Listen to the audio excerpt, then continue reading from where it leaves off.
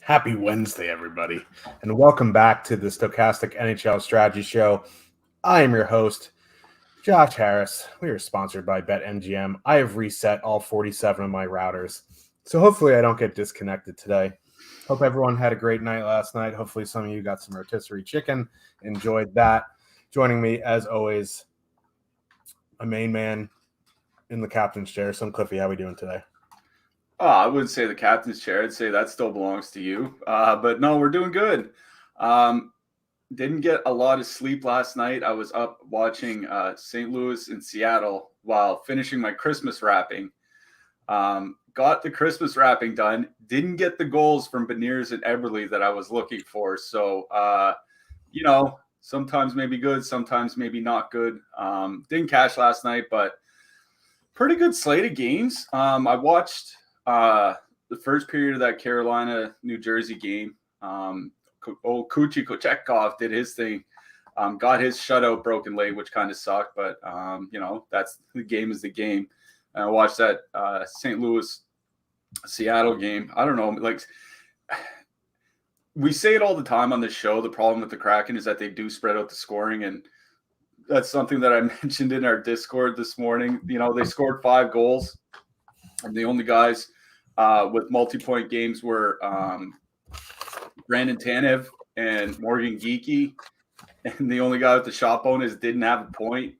Like it just seemed like the very prototypical Seattle Kraken game. But to their credit, it helps in real life, right? Like they have 3 lines that can score, maybe even 4. I mean, they kind of showed 4 last night, and it's helping them win games. So kudos to them. But it does make it a little bit frustrating to play them in DFS. How'd you do last night? Oh no, it was not a good. I was like, you know what? I'm in this queue. I don't want to play the chalk. I'm going to power play stack the Ducks. Au revoir. Okay.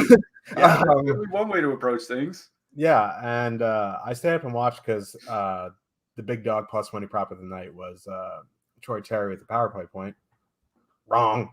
Didn't get it. And then my little man, my 8-year-old Avery, decided to start his morning at 5:45. So we have been up a little tired, a little wired, but I'm actually looking forward to this slate. The slate last night is like, oh man, this is just not my favorite. Not that this one, I like we have the opportunity to play some good teams at least, but most of these good teams are in ridiculously good power play spots. So it's going to be tough to get down to one lineup. Yeah, let's get into it. But before we do, you know the drill. Smash that like button. We like the likes. We like the subscribes. And it will help you keep up with all of our shows, DFS offers, giveaways, and much more. Once you subscribe, hit that notification button to get alerts when our shows go live. Also, don't forget to sign up for the Stokastic Hall of Fame. It's easy. You change your avatar on DraftKings and FanDuel. You download the avatar at stokastic.com/avatar. That's the easy part. Now the hard part. You got a place in the top 3 of a contest with over 5,000 contestants. If that occurs, which hopefully it does, because we like to see you guys win, tweet the wins to @Stokastic Hall of Fame on Twitter, or email Stokastic support with a screenshot, and you'll win a free month of Stokastic Plus Platinum. You also get a shout out on our weekly Hall of Fame segment, except on the show where we don't do it because we don't have a producer, but all the other ones you will. But make sure to smash that like button. And now, before we get into the slate, we have a $10 super chat from Clayton. Thank you very much. He says, for the dome. Yeah, it was long overdue. Long overdue. I was wearing all kinds of hats. It didn't feel comfortable. Don't have too much hair in this region, so have to keep it nice and freshly shaved. Cliffy, fresh haircut. I'm growing out the beard just because I can't grow one and it's going to look ridiculous in a few weeks. So I mean, that's the one thing they don't tell you about getting older, right? Is like you do expect a hair loss, but I think I've lost more hair in the last 2 years than, the 10 years before that. So once it starts to go, it goes pretty fast. I'm wondering how much longer I can hang on here and I don't just, take a bit to it like you might do. Yeah. I mean, for men, it's the genetics is your mother's father. So if your grandfather on your mom's side, bald, using trouble. Me, I started losing my hair in my 20s because everyone. Yeah, I think you might be right, because I think my brother, his hair is thinner than my dad, and my dad's in his 70s. My brother's only 42, so I think you may be onto something there. Hopefully it skips one of the siblings, but I don't think I got that lucky. Yeah, we'll see. You're doing way better than I am. Okay, fair enough. Let's get into this slate. Tampa Bay Lightning with a 3.5 total heading into Detroit. The Red Wings have a 2.9 total. Tampa's back-to-back on the road. Vasilevsky went last night, so it's probably going to be Moose, Brian Elliott. Ville Husso is confirmed. Tampa obviously isn't going to skate. However, they did mix up their lines towards the end of the game yesterday because they came out flatter than a kitchen table against the Leafs, and they ended the game with Vladislav Nemestikov, with Steven Stamkos and Nikita Kucherov. Brandon Hagel was with Anthony Cirelli and Braden Point, and the third line was Colton Paul Killorn. We won't know if those are exactly the lines until warm-ups, but this is the first game of the night, so if you are interested in Tampa, which seems like a decent proposition considering they have the highest road total on the slate, you might want to stick around. You might want to be around at your computer at 6:30 p.m. Eastern to see what these lines are, because if they do go back to Nemestikov, Stamkos, Kucherov, that is a 3-wing line. The second line of Hagel, Cirelli, Point is a 2-center line. That being said, Detroit penalty killed, not great.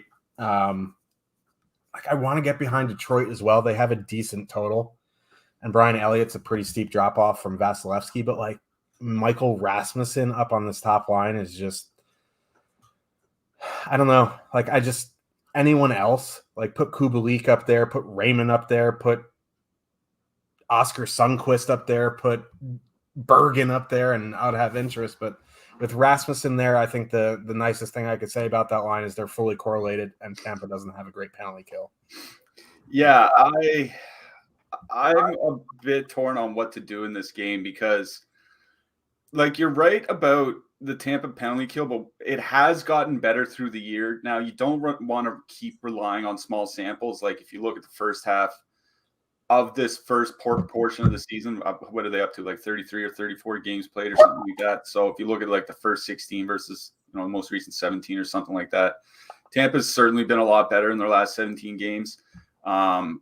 They did struggle earlier in the year. Like, I'm not sure exactly what might have caused that. This is a team that typically does just have a very good penalty kill. You know what I mean? That's something that's kind of been a hallmark of the Tampa Bay Lightning for a while now. I mean, just good special teams in general, right? I wonder if part of it is getting Anthony Cirelli back. He typically does play on the penalty kill. I don't think he's their primary penalty killer, but he does get penalty kill minutes. So maybe that's helping in some regard. But yeah, Tampa typically not a good penalty kill. Detroit definitely not a good penalty kill. I mean, again, we're just looking at basically like the last half of the game. So maybe going back to about the middle of November, Detroit in the bottom 5 by penalty killing over their last 5 weeks. Now, that would seem to give Tampa a pretty good power play spot. But as we've mentioned a couple times, this Tampa power play has really, really struggled with Victor Hedman on the top unit. In fact, I was looking at the numbers from last year compared to this year with Hedman. I mean, let alone just this year. This year with Sergachev, the power play has been much, much better. Whether you look at shots, whether you look at goals, it doesn't matter. Sergachev has been better up there on the top power play unit than Hedman has. But if you go just look at Hedman's usage over the last 2 years, shot attempts down over 20%, shots on goal down about 18%. That's a lot. You know what I mean? Like, you know, when you're losing nearly 20% of your shots on goal on the power play, that's a pretty big decline. Now, I think they have a long enough track record that they should be able to figure it out. And it's not like they're interchanging a bunch of pieces. Like Kucherov, Stamkos, and Braden Point are fairly consistent. But, you know, it feels weird to say, you know, Hedman's getting old. He's 32. You know what I mean? But like, you know, he is starting to get kind of up there in age. He'll hit 1,000 games. You know, he's over 1,000, well over 1,000 games played when you include his postseason career. So I don't know, maybe his skills are starting to slide a little bit. But yeah, the Tampa Bay penalty kill has struggled. And then, you know, you factor in that they did mix up their lines. We don't know exactly what they're going with. Makes it kind of tough to say exactly what to do with Tampa right now. What I will say is I was looking at Kucherov and Stamkos' numbers over the last couple of years without Braden Point. So basically anybody else, whether it be Alex Killorn, whether it be Vladimir Mestikov like it might be tonight, whether it be Anthony Cirelli, whomever it might be, almost 190 minutes at 5-on-5, 3.2 expected goals for, 4.3 actual goals for. I don't think it would really surprise anybody to hear this, but Stamkos and Kucherov are pretty good at 5-on-5, no matter who they have as the third wheel on that line.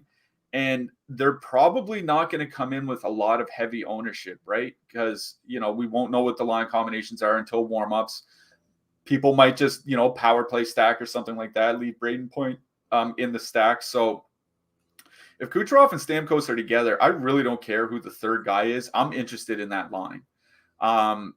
I'm not really worried about a Detroit shutdown line from the other side. Like you said, Michael Rasmussen on the top line. He's actually played with David Perron a fair bit this year. You know, basically break even by expected goal share, break even by goals for and goals against, hovering around 4 per 60 minutes. You know, really, I think they're trying to balance out the lineup, but all they're doing is really making a bunch of their lines a lot weaker. That's something that's Detroit's been notorious for, I don't know, about a decade now. It's really been kind of frustrating. So I definitely do like the Tampa Bay side of this. The Kucherov-Stamkos line especially. It is one of those cases where I would make sure to put in the third wheel if Kuch and Stamkos are playing together. Like if it is Nemestikov, put him in. It's an ownership thing, right? Like if it's Nemestikov, he might be relatively owned because he's cheap and because, you know, that line combination will be known. But if they decide to do something different, you know, if they put Killorn up there, if they put, you know, Nick Paul up there, or if they put Ross Colton up there, it doesn't matter. You know, put Corey Perry there. I don't care. Well, maybe not Corey Perry. Has a history with them. Like I know it's like 6-7 years ago, but yeah, I know what you mean, and it's still, it doesn't matter who it is. They're going to be much lower owned than the top guys like Kucherov, like Stamkos, like Points. So I would have a lot of interest in whatever line Kucherov and Stamkos end up forming. But again, we're going to have to see when warm-ups roll around. On the Detroit side, I mean, I have no interest in that Andrew Kopp, Lucas Raymond line. They're coming in over-owned by our Top Stacks tool. Our Top Stacks tool has them with negative leverage on the night. Not huge negative leverage or anything like that, but under 1%, top 2 percentage, coming in 3-4% owned. Really not that great. You look over on FanDuel, it's pretty much the same thing, and it's because they're all so cheap, and because there are so many good lines on this slate. Whether you're talking Colorado, whether you're talking Vegas, Edmonton, Dallas, these cheap lines are going to get owned, especially by a home team. So not in on Ernie, Kopp, and Raymond. That Kubalik, Pius Suter, Oscar Sundqvist line is kind of interesting to me. The problem is Kubalik is still so expensive because of what he did earlier in the season. And, he is on the second power play unit. I would definitely want to be on the top unit with Larkin and Perron. We've seen Kubalik play some pretty low minutes of late. Like I think he was around 13 minutes last game, 14 minutes the game before that or the one before that. Like his ice time has definitely been declining. So if anything on the Detroit side for the depth, Suter and Sundqvist, I think could make a decent two-man. But I think you kind of have to go to the top line or nothing, right? Like Larkin and Perron, relatively reasonably priced. Rasmussen on the power play with them for some reason, I guess. We'll just put him there. They're not coming in with that much ownership because, or at least on FanDuel, they're not coming in with that much ownership because they're relatively expensive. They're coming in a bit higher on DraftKings, but still fine, around 6-7%. Like, I think it's fine to play the Detroit side of this game, but honestly, I think it's a situation where I would be looking for like cheaper two-man stacks rather than play the expensive guys and save my money and play the expensive guys on the Tampa side, and especially whichever line Kucherov and Stamkos end up with. Yeah, it would be nice if they are together and that news doesn't come out till 6:30. I guess we'll find out at 6:30. Let's move to the blue line here. On the wing side, Maurice Cedar, I think, was getting some power play one time in the last game. Yeah. If he does stick there, 4,600, I think is fine. Otherwise, Jake Wallman, 3K. Team Canada, Jake Wallman. No, he's not on Team Canada, but that would be nice. On the Vancouver, why do I have the Canucks on the mind? On the Tampa side, there's just nothing really there. I guess you can correlate Hedman, but that's about it. Yeah, speaking of Cedar, I saw a nice tweet thread about him and Sherratt this morning from Ear Prashanth. He does a lot of analytical articles and stuff about the Detroit Red Wings. Of 68 defense pairings with at least 200 minutes, Cedar and Sherratt are last in goal share at 33%, and they're 62nd in expected goal share. Like, they're just getting absolutely steamrolled when they're on the ice. I think Ville Husso's season has really been underrated in that regard. He's really saving Detroit's season. I thought it was funny because that's essentially the shutdown pairing. That's who Kucherov and Stamkos are going to face. Kind of don't mind it. Yeah, Wallman's interesting. He's been getting some reasonable ice time, 14 shots in his last 5 games. Like, this is a guy that, we've been keeping an eye on. Not sure if like he's a necessary play at 3K or whatever, but it's, he's definitely playable. Cedar's price, like he's one of the best DraftKings values amongst all defensemen by our projections today. So obviously Cedar, I think you can use him as a one-off even at 4,600, right? Like, you don't need a massive game from him. Shot block, bonus, assist, couple shots, and you're laughing. So I wonder how many times he's actually done anything like that, but probably like once or twice. Probably not a lot. On the Tampa Bay side, they played basically 4 defensemen last night with Bogosian and your boy Perbix not getting a whole lot of ice time. So I might lean to like Ian Cole if you need cheap, Eric Chernak if you need a cheap-ish guy. But honestly, I think it's probably Wallman or Cedar for me in this game just because of the pricing and what they've typically done this season. Concur there. Let's move on to the next one. New Jersey Devils with a 3.1 total heading into Florida. The Panthers have a 3.5. Mackenzie Blackwood is back and probable. Sergei Bobrovsky confirmed. Sasha Barkov still out, so the top line is Verhaeghe, Bennett, Tkachuk, second line of E2D2, Luosterainen. Anton Lundell is back on that line with Sam Reinhart. That does, extend their lineup a little bit, which should help. Devils running it back. We assume they're running it back. We'll find out in warmups. Like, if it is Blackwood in net, like, he's kind of like, I don't know, like, these goalies coming back. We saw when Ottinger came back from an injury, who's a better goalie than Mackenzie Blackwood, just got absolutely trounced. Like, goalies are just weird creatures to begin with, but they're even more unpredictable when they come back from injuries. So, like, I do have interest in Florida here tonight. The problem is, I just, with their ownership, like, looking at other teams' ownership in arguably better spots, their ownership is lower. Like, Florida's is higher in arguably a tougher spot. The only X factor here is Blackwood, because the Devils are a good defensive team. At least, their last like 6-8 games have been a bit wonky, but like, I think Florida one is fine. They're just coming in with more ownership than I want. Yeah. We do have to start with Mackenzie Blackwood. Obviously, he's fought a lot of injuries over the last couple of years. Wasn't good for them last year before he got hurt. Wasn't good for them this year before he got hurt. I was actually looking at some goalie numbers earlier today for writing at another site.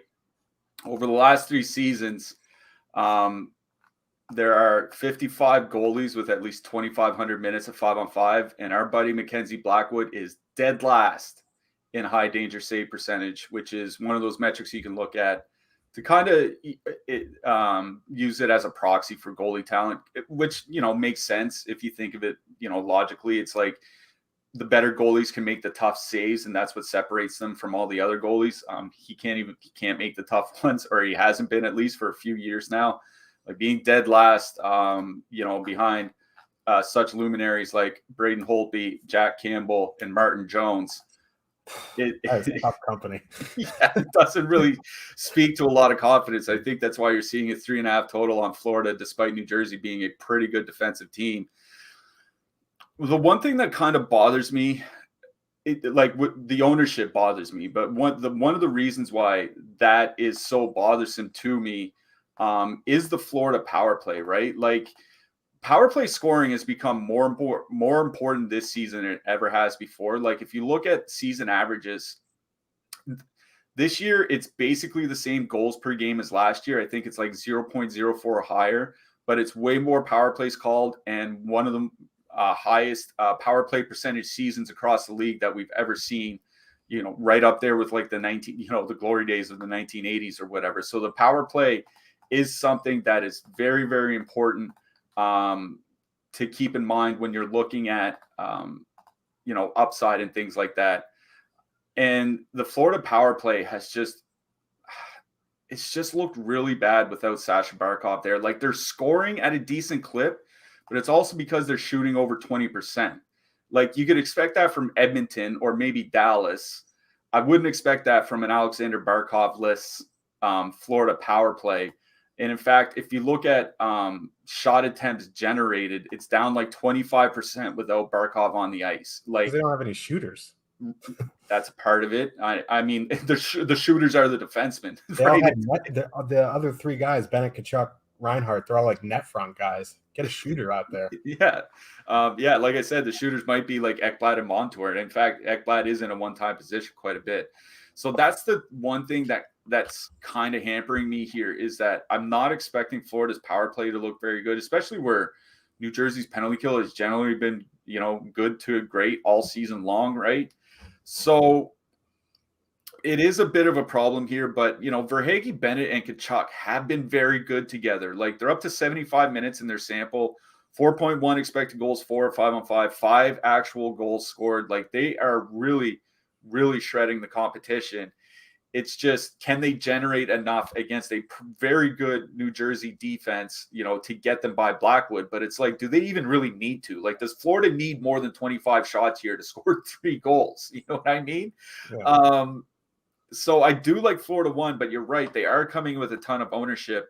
12.5% on DraftKings per top stacks tool. I'll bring that up on our screen real quick, just behind the Colorado top line. Now, still with pretty good leverage, but I'm going to be honest, for relatively the same price, I think I'd rather play Kucherov, Stamkos, and Nemesnikov if that's a line, right? Coming in with considerably less ownership. I know the goal totals are the exact same, both a 3.5 total. If I can get, Kucherov, Stamkos, and Nemesnikov at, a fifth or a third the ownership of that Florida top line, I think that's the direction I'd go. But because Blackwood is starting, I have no problem playing Florida 1 here, like none at all. You get 2 out of the 3 guys on that top power play unit, if they can score. They should play heavy minutes. My one concern is Matt Tkachuk. His price has come down a lot because he's not shooting 21 shots in his last 10 games. But Florida 1 is fine. I'm not in on Florida 2. Like, I'm kind of in that spot where I want to see how healthy Lundell is before I really start playing him in DFS. I know you want to try to, generally get in on the ground floor before that happens, but he really wasn't having a great season before that anyway. He's on pace for like 45 points and like 15 goals or something like that. Like, just nothing. So Florida 1 or nothing for me. On the New Jersey side, I don't know. Like, Hawley, Hughes, and Bratt are a good line. They're not scoring a ton, and part of it is Holla just can't finish. Florida's typically had a decent penalty kill, but they do take a lot of penalties amongst the most penalized teams in the league. So if I'm going to do with anything with New Jersey, I'm going to stick to the power play guys. Two man of Tatar and Hischier, I think, is perfectly acceptable. You can throw in some Dougie Hamilton if you want or something like that. But power play guys for me from New Jersey, I don't think I'm going to be full stacking any of the even strength lines, and Florida 1 on the Florida side. Yeah, if you want some action on some New Jersey power play, just go bet Tatar power play point. It's a good number. There you go. So if you want a little sweat there with Tatar, instead of playing him in DFS, I think it's around 6-1 right now him to get a power play point. So a little betting action there for Our buddy Josh does it all. Yeah, something like that. Just not to like rain on Blackwood's parade even more, but in his 3-week conditioning stint in the AHL, his numbers are awful.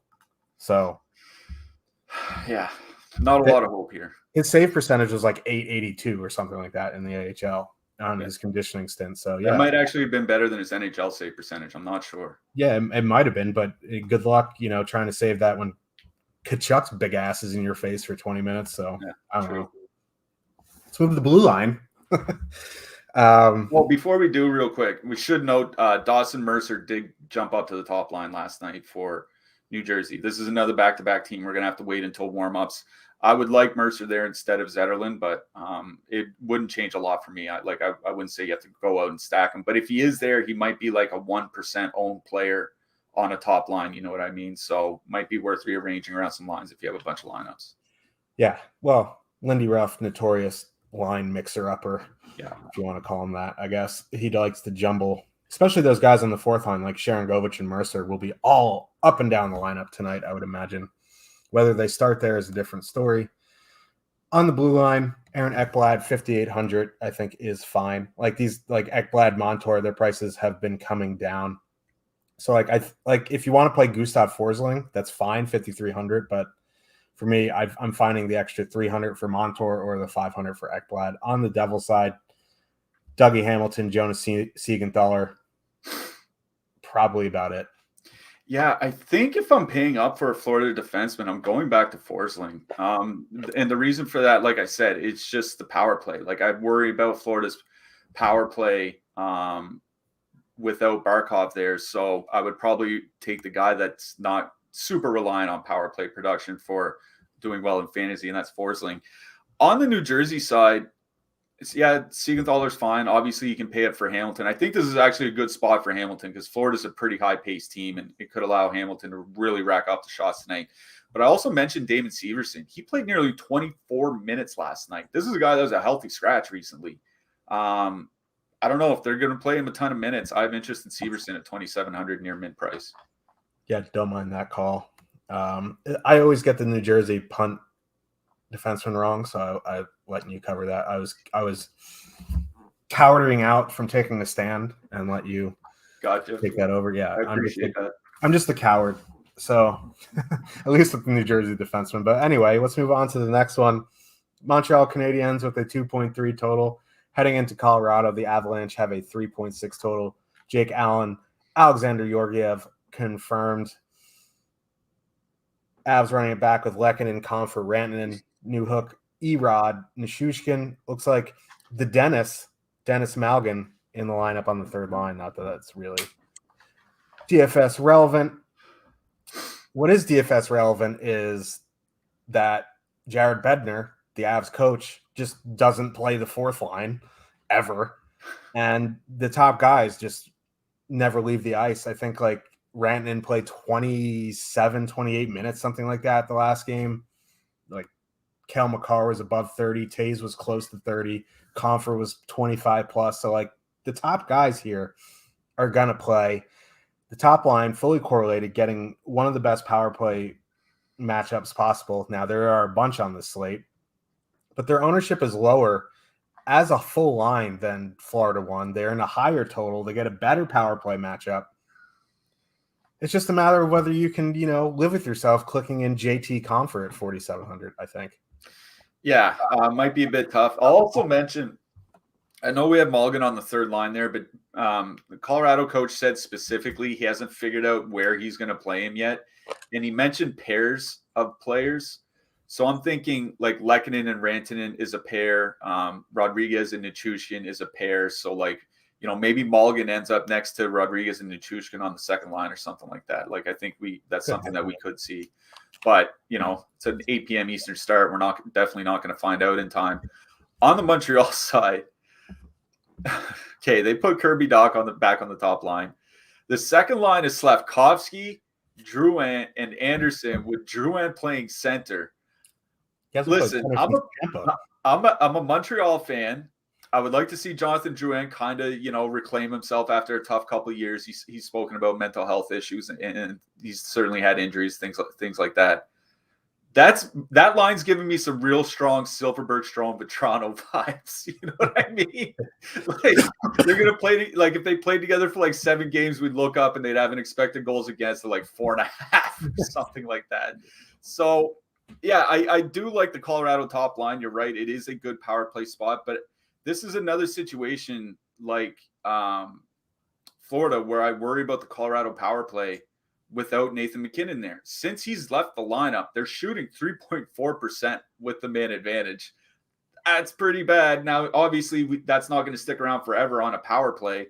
But can they regain anything approaching, the former glory that they had in the first, 7 weeks of the season with MacKinnon there? I'm not too sure. And, Rantanen and JT Compher just really haven't played well together this year. I was looking at some of the expected goals numbers. 2 expected goals for, 2.4 against, under 1 goals per 60 minutes, like 52% shot share. Like obviously Lehkonen there will help a little bit, but they really haven't been a great line. All it is that they play a ton of minutes. So, they're going up against Montreal 1, and Montreal 1 has actually been pretty good defensively of late with Kirby Dach, Caulfield, and Suzuki. Goaltending has let them down at times. It's kind of the reverse from earlier in the year. Colorado 1 is fine, but honestly, it's just a situation where I worry that maybe they switch up the lines on us or something like that. They haven't been playing particularly well. I have no issue playing them. They're, reasonably priced at $19K. Going to play a lot of heavy minutes. So I perfectly acceptable to play. But again, I think it's a situation where I might just rather go back to Tampa Bay or something like that. You know what I mean? Colorado 2 is kind of interesting. Rodriguez, Newhook, and Nichushkin, like I said, I think Mulligan might take the second line role there, but we won't know. We'll have to see, because that'll be the matchup that Drouin line sees a lot of, and I imagine it's a matchup Colorado's going to run over. So I don't think you have to necessarily full stack, but like if you want to go and one off Rodriguez or go and one off Newhook or something like that, I think that's perfectly fine in this matchup, because I think they're going to get a lot of the run of play at 5-on-5. On the Montreal side, up top line, perfectly in play with Kirby Dach there. No issue using them. They're not going to be that heavily owned. We have them about 3-4% with Josh Anderson there. Can't imagine it'll change much with Dvorak there.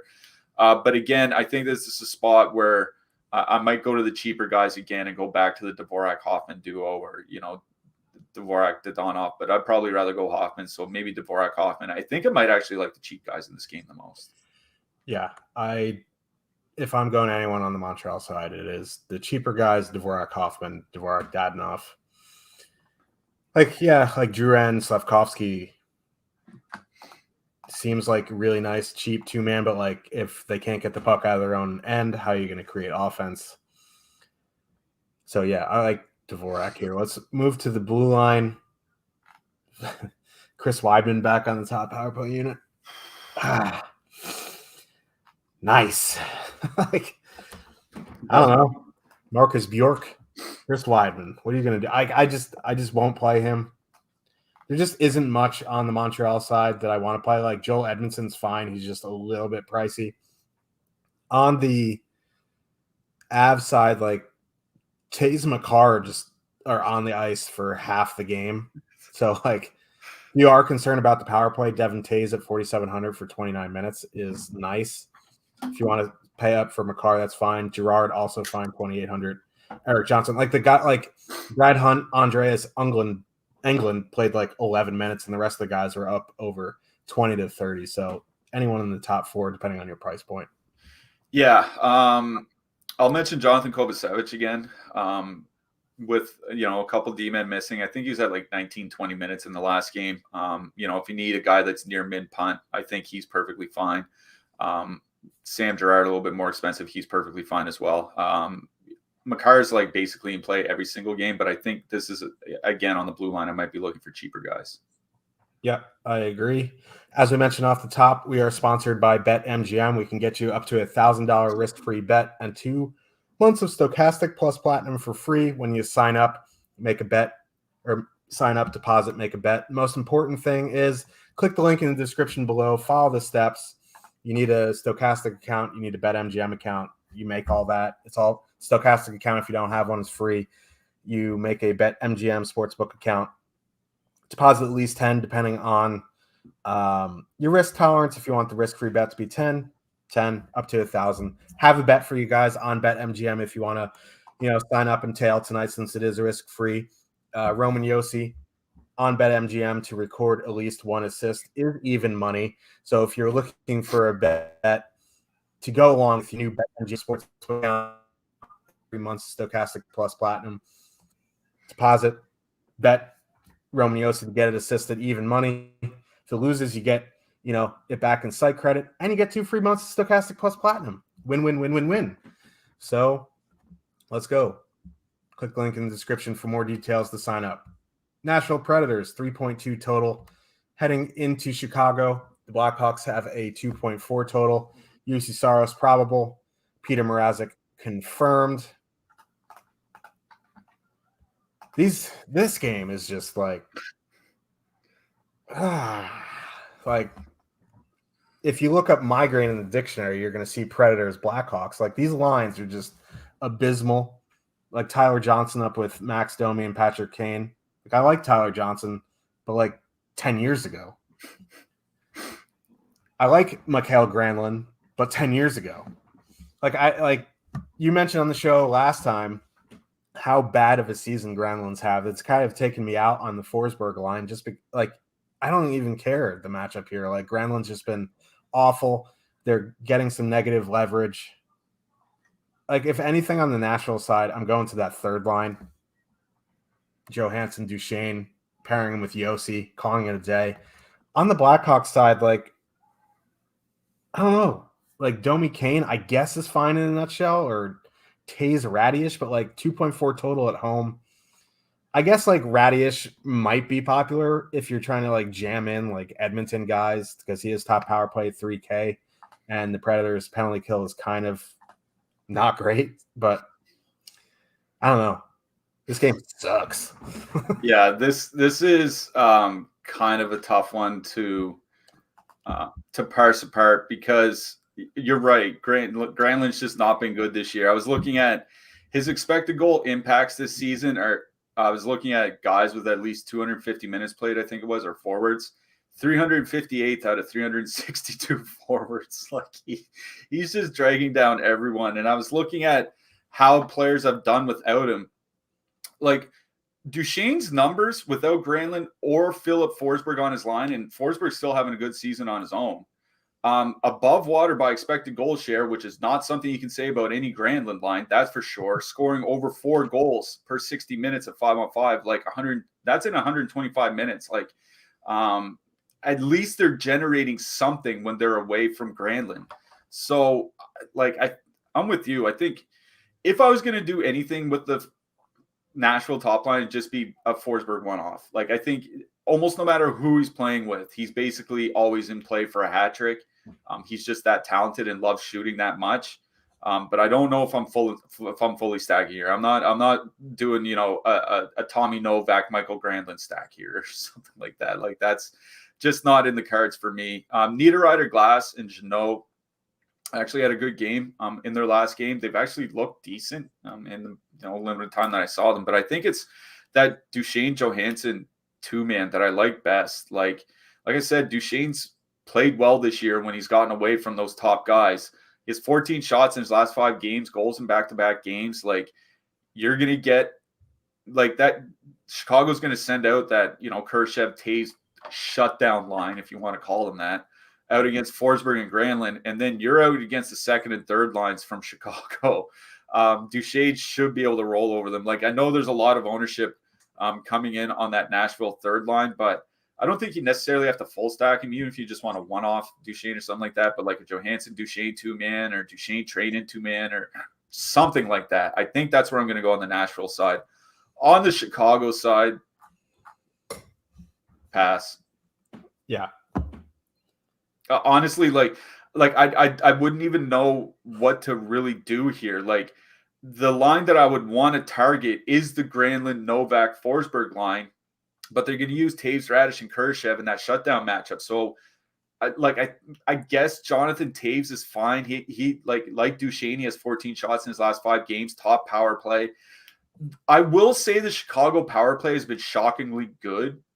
It has been their one saving grace. It's where they actually can do some damage. So I guess like if you do want to do like you can do like a Taves Radish two-man or a Taves Kane two-man or something like that. I think you can get away with that, but I'm not full stacking any of the even strength lines from Chicago. I think I'm going to treat them like I would the Devils and just focus on the power play guys. Yeah, I agree there. Hoping Jujar comes back and he's on a line with Boris Tkachuk and Reese Johnson. That'd be like the greatest line of all time. Boris Tkachuk, Reese Johnson, Jujar. I don't know. Just wanted to say that. Going out on a tangent. So to the blue line. Okay. That feels a lot like the rotisserie chicken line for me. Yeah. I don't. Listen, you never know what you're gonna get with me. At least my internet's working.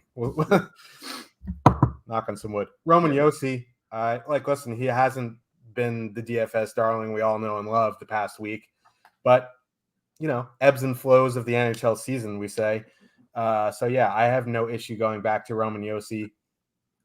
Mentioned him as the bet for the Bet MGM promo. Plus money to get an assist tonight against the Blackhawks. Like, yeah. Alexandre Carrier, min price still, scored the game-winning goal against Edmonton in overtime. I think he's fine. Matthias Ekholm's fine. Looks like Ryan McDonough's back as well. There's guys on the Blackhawks side that I don't even know who they are.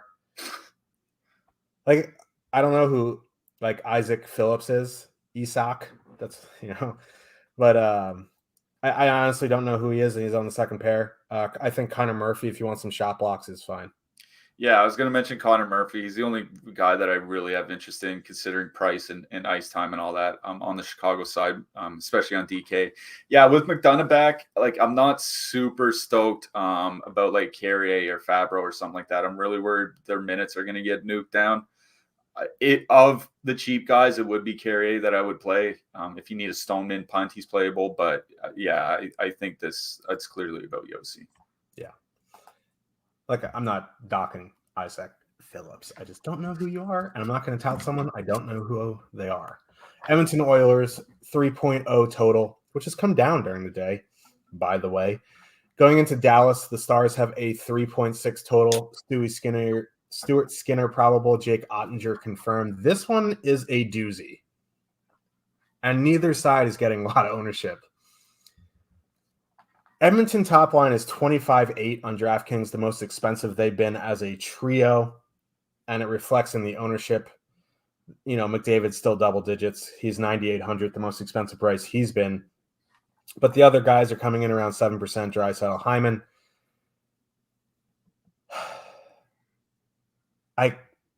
I don't know what to say about them. Like, they're the most expensive. They're on the road. It's not the best matchup, but again, it's Connor McDavid, Leon Draisaitl, Zach Hyman. They're matchup proof. They're getting low ownership. They're an excellent GPP play. It's just as simple as that. If they're coming in 25, 30% at that price, I say, you know what, I'm going to fade. But if they're coming in as a trio under 10%, they're an excellent GPP play. On the flip side, the Dallas top line in a much higher total, in a better power play spot, with a power play that has been rolling against the Oilers team, not great defensively. Like, this isn't the best 5-on-5 matchup because you're going to see Hintz go out against McDavid a bunch. And that's just, you know, that's going to be fun to watch. But like, the Dallas top line coming in around double-digit ownership, fully correlated, $5,000 less, higher total, good power play spot. Both these lines are excellent GPP plays tonight. Yeah, I'm going to start on the Edmonton side a little bit. I mean, there's not a lot to say here. Like, they've just been utterly dominant. I was just looking at just their December numbers, 4.3 goals per 60 minutes of 5-on-5. And the scary thing is they're better on the way more productive, obviously, on the power play than they are on the penalty kill. They skate a ton of minutes, like all 21 to 23 minutes on average. Like, there are games where, you know, McDavid might play like 25 or something like that. So obviously they get a ton of minutes. A couple problems is like Dallas is above average by time shorthanded per game, but they don't take a ton of penalties. 3.5 per game. League average is about 3.3. Obviously higher, but Edmonton takes way more penalties than they do. They're up at 3.8 times shorthanded per game. And the Dallas penalty kill is generally good, like not super elite or anything, but generally good. And if, you know, Edmonton, they need at least 3 goals from that top line, you know, to really do anything in DFS. But, you know, by that token, there are a lot of cheap spots that you can go to tonight, right? Like, we just went through, you know, like Trainin and Johansson, or if you can do like Radish and Kurashev from Chicago, or, you know, any of the depth lines basically from Montreal, or in this game. Yeah, or Arizona. So there are a lot of good low owned spot, or not good, but a lot of low owned, low price spots that you can go to. So if you're playing a ton of lineups, obviously Edmonton's in some of them. But I'm with you. I think I'd rather play the Dallas side of this game. The simple reason being Edmonton's penalty kill is just bad. Even as it's improved a little bit of late, I think they're like bottom 5 by shots against and bottom 7 by goals against. Like, that's them improving. It's still being like in the bottom 25% of the league. And Dallas's power play, obviously still elite, not generating to the way it was earlier in the season. That's just shooting percentage driven. The shooting percentage, we're going to have to come down. Like, they're still taking a lot of shots, landing a lot of shots, all that stuff. So I'm with you. I think I do like the Dallas top line here in this game. They might be my favorite expensive line on the night, like just ahead of Tampa Bay. 21,200. I think that's perfectly fine for, even if they only play like 18 or 19 minutes. I think that's perfectly fine in this matchup. Should get, you know, good power play opportunities against a bad penalty kill.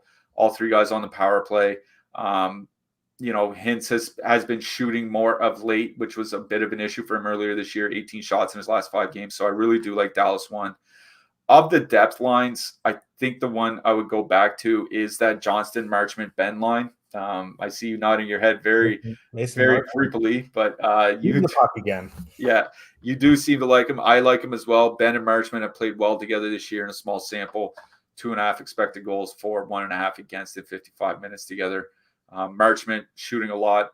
Obviously, 8 shots in his last game, but he was at 2.5 shots in the 9 games before that, which is what you want to see from a guy playing 15, 60 minutes without heavy PP time. So, don't mind if you want to, use that Marchment, Ben, Johnston, some sort of duo in there to go with the more expensive lines, but it's Dallas one I like the most in this game. Yeah. I think Dallas's ownership is going to come up a bit throughout the day, but it's still fine. I see a question that's actually a good one. What do you think of Barry Hyman mini stack? I think it's fine. Here's the issue. Tyson Barrie is very reliant on power play points. He doesn't shoot the puck much. So if you do think, and it's certainly possible that Edmonton does get there on the power play, because it doesn't matter who they're facing. If they get 4 power plays, it could be a disaster. So yeah, if you do think Edmonton's going to get there on the power play, and I personally think if Dallas takes 3-4 penalties tonight, Edmonton power play is going to score at least once. I think Barry Hyman's fine. I just have issue. If Barry was shooting the puck 5-on-5 and blocking shots, I'd be more open to doing that. I just worry that, Dallas doesn't take a ton of penalties and Barry has to take advantage of the power play time there. So that's my answer there. On the blue line, I just talked about Barry. If you want to include him in Edmonton stacks, I think that's fine. Like I just mentioned, he has been he's kind of, I don't want to make this comparison in real life hockey, but in DFS hockey, he's similar to Adam Fox, where he has to hit the score sheet. Although Adam Fox peripherals have come up a little bit. Adam Fox, way better real life defenseman as well. But Barry's fine. That's about it on the Edmonton side. I think Nurse is a fine one-off, or even Cody Ceci. On the Dallas side, Miro Heiskanen in power play stacks is fine. Otherwise, I'm going back to Esa Lindell. Yeah, Esa Lindell for me, especially where he plays so much on the PK. You got to assume he's going to have to block some shots here in this game.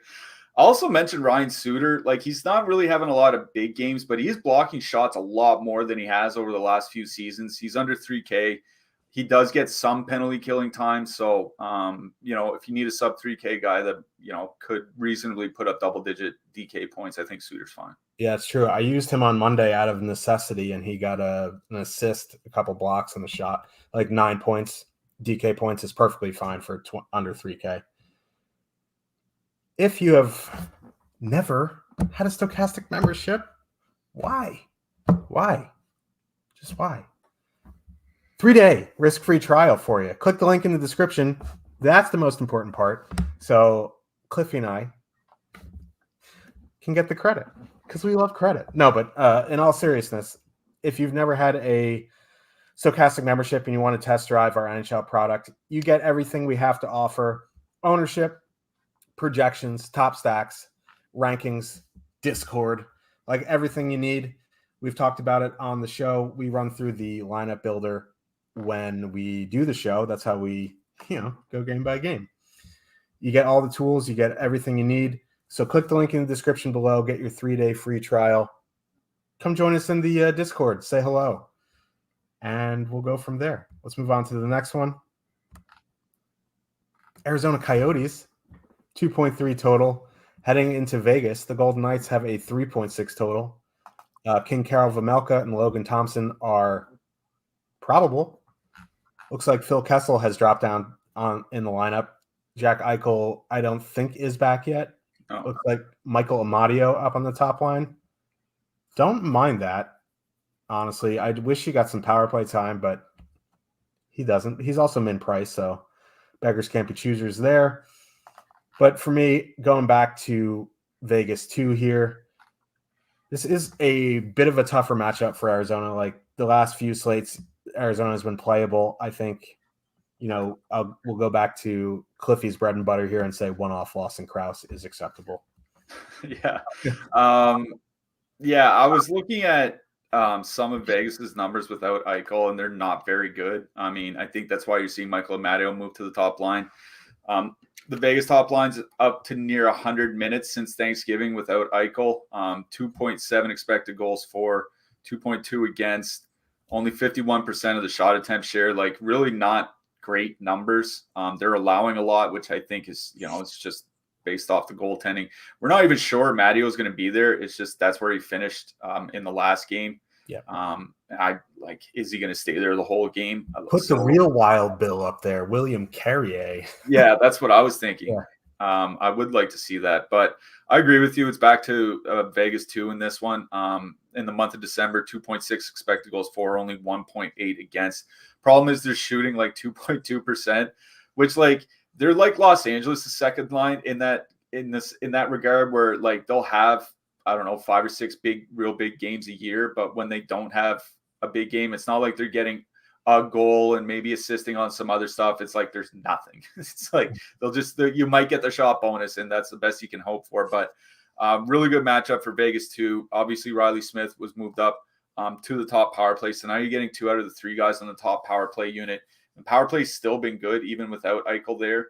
That's the one differentiator between Florida and Colorado, who have been bad with Barkov and McKinnon out. It's that Eichel's absence has made a huge difference. So, yeah, back to the second line.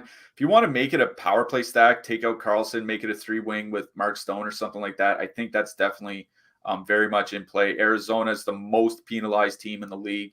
Vegas doesn't really draw a lot of power plays, but they should get their opportunities here tonight. So Vegas 2, if I'm even strength stacking anything, I don't mind just going to a power play stack for the Vegas side either.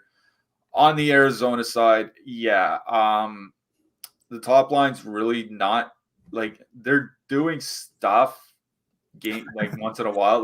Like Clayton Keller had a hat trick a week ago, right? So like obviously they're getting some goals, but they're just not generating that much. Vegas doesn't really take many penalties, and Arizona is a team that really needs the power play to come through to really succeed. If they don't get a lot of power plays, I don't like their chances. So yeah, I think like a one-off Lawson Krause. I think Nick Bukestad's even find a one-off if you need somebody a little bit cheaper, but that's about it.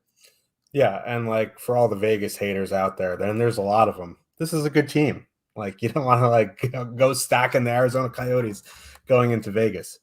On the blue line here, Alex Pietrangelo, 6,500, I think is fine. We've seen him up. I think he was in the low 8s at points, which was a bit bonkers, but 6,500 is a good price. Braden McNabb is all right. You just worry about how many shots Arizona is going to create. So Pietrangelo for me. On the Arizona side, like Chikrin, I guess is fine. It's just me. Nothing for me from the Arizona side. Yeah, there's no one I want to play there. Like if anybody, it might be Gostisbehere do something, but no interest in the Arizona expensive defenseman. Pietrangelo, I think, yeah, he's definitely perfectly acceptable. Nick Hague's been playing well, at least in the bits that I've watched Vegas, so I don't mind him in such a high total if you want to pay down a little bit. Yep. Cliffy taking stands. I'm cowarding again. Minnesota Wild, 3.9 total heading into Anaheim. The Los Patos, the Ducks, have a 2.5 total. They played last night, to my disappointment. Lucas Dostal probably went last night. So it's either going to be him on a back-to-back or Ali Ekman-Larsson. No, Ali Eriksson Ek. I'm sorry. There's multiple Eriksson Eks in this game if he does start. Either way, that's a scene. Wild do have the highest road total of the night. I misspoke at the beginning of the show. Wild have a 3.9 total. Ryan Hartman's back, but he's not on the top line. He is on the second line wing with Freddie Gaudreau and Matty Boldy. That should help Matt Boldy a little bit, you would hope. Wings. What are we doing here? The Minnesota Wild top line, very low ownership tonight. Very good power play spot. I really like the Minnesota top line here. I wanted to leave off Steele and add in Joel Eriksson-Ek, but for some ungodly reason, he's 7K on DraftKings, and he hasn't done anything in the past 7 games, and his price has gone up 1,500. So there's that. I guess you can leave off Steele and add in a Boldy. I feel like Hartman is going to jump up there at some point. I don't know if it's going to be tonight or in the next game. That's my one reservation besides me not liking Sam Steele for DFS, is that eventually Hartman's going to take that spot back. That being said, low ownership on the Wild. I think going back to the Ducks top line is fine. They're getting a little bit more ownership than I want, 5.5%, 6%. If I'm going to get the Ducks, I want them last night, 1-2%. I think a Mason McTavish one off is fine. Yeah, Frank Petrano is leading the Ducks in ice time over their last 6 or 7 games or something like that. Ducks forwards anyway, which more than Terry or Zegras. I guess you can go back to a one-off Frank Petrano. I think he's perfectly fine at 4,800. But that's it for me from the Anaheim side. I'm not stacking them against Minnesota. Minnesota's good penalty kill, really, really good defensive team. Got Hartman back. I think it gives them 3 full lines now, which is a big problem. Minnesota won. I'm not that worried about Hartman jumping up just yet. The reason is the top line's been just blowing the doors off the opponent. I was looking at their numbers for just December: 3.9 expected goals per 60 minutes of 5-on-5, 4.9 actual goals. They're just shredding opponents. That was a big problem with Minnesota. Basically through the first 7 weeks of the season was they were pretty bad at 5-on-5, at least offensively. But Sam Steele's really, really helped bring that top line together. The only way I see him getting moved off is if they go down 2 or 3-0 to Anaheim. And if they go down 2 or 3-0 to Anaheim, I'm done watching the game anyway. So I would probably just leave Steele in that stack. But unless you want to go triple winger with Boldy because you have a double center stack elsewhere, really do like that Minnesota top line. They're neck and neck with Dallas 1 for me today on the slate. I think both are playable. We're showing lower ownership on Minnesota, 5.4% against the 10% for Dallas. Minnesota is technically in a better spot, but they're also on the road, which makes a little bit of a difference, I think.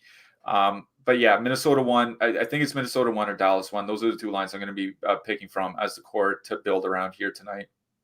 I'll also mention that Hartman, Boldy, Gaudreau line, I think can be good. They're not coming in with any ownership.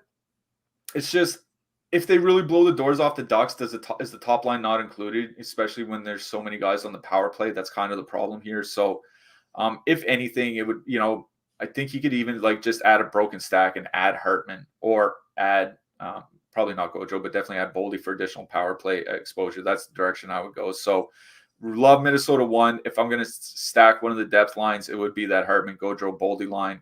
Anaheim side, maybe just a one-off Frank Petrano. That's about it. Yeah. I do like Mason McTavish. I'll take a stand there. Mason. On the blue line, Kalen Addison, another one of these power play quarterbacks who does absolutely nothing. So I'm probably going to, Spurgeon, Brodin, Dumba. On the Ducks side, I guess Dmitry Kulikov is on a price point where it's fine. Otherwise, Simone Benoit at 2,600.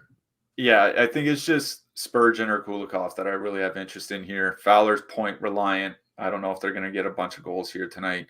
Kulikov definitely can get the block bonus. And Spurgeon's a guy, I know he's not on the top power play, but he doesn't need that for fantasy value. So Spurgeon or Kulikov from the game for me. Yes, that is 7 games, which means we have 14 goalies. But before we get to that, coming up not right after us, at 4:45, we have the NBA Deeper Dive. Then we have NBA Live Before Lock. So if you're into NBA, we'll see you at 4:45 for that. Let's talk some goalies. Who you liking? No one. Yeah, if you need a little bit of a contrarian play, I think King Carl Vejmelka definitely always in play for me. UC Saros, I guess, if you want to pay up a little bit. I also think, I don't want to pay all the way up for Georgiev, but I think he's fine at 8,400. Billy Husso, I think this is a cheap goalie night for me. It's maybe taking Husso, maybe taking Jake Allen, maybe taking Vejmelka. Like, there aren't a lot of guys in that 8K plus range other than maybe Saros that I'm really attacking here. Yeah, I like Georgiev for like cash games, but for GPPs, my worry is 2 goals on 26 shots and getting the win. Like, it's nice. It's not going to kill you, but I don't think it's going to be a GPP winning performance. But again, it's fine there. Yeah, I think, it's probably just going to – Vejmelka is probably the spend down guy for me. Like, I don't know. There just isn't much. Like Jake Allen. I like Jake Allen's fine. Like, all these cheap guys, it just is like putting Erica Branson into your lineup. You just got to plug your nose and do it. But, hey, good. Branson got there last night. Yeah, he keeps doing it. I don't know. That's the funniest story of the season still.